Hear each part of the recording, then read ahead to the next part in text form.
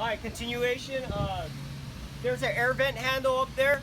That's what we're going to request the ship's personnel to pull down on to give us a vent. And that's going to drain the line from the tippy top of the piping system down to their side. That's about 50 feet of 8-inch, which we calculated to be about 130 gallons. So 130 gallons their side, 130 gallons on our side.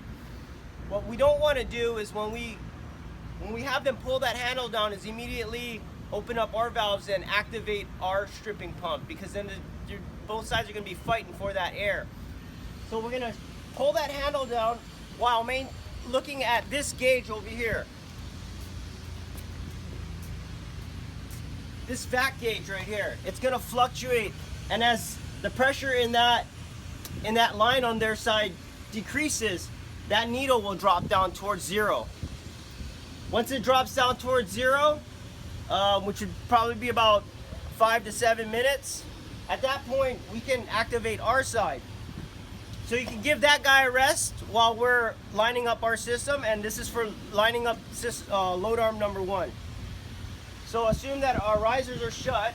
We're going to open up this one here, this valve, and we're going to open up this ball valve here. Trace it out. It's going to go through our pump, drop down here, come back that way, come back this way, come up this line right here to this one-way valve here, and we're going to open up this one and drop it into DFM. Now for load arm number 2, pretty much same identical situation. You're going to open up this valve.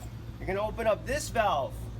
It's going to go into the pump, come back button hook, and come back around. It's going to drop down the same line. Now, here's a big thing. Ensure that we never open up this valve. This is a JP5 line over here. At some point, it's going to be locked out. But this is one that we never want to open over here, because we're always downgrading into the DFM for contamination purposes. Right? So never open that one. We're always using this one. And like I said before, this is identical. This setup is identical on load arms 3 and 4 as well.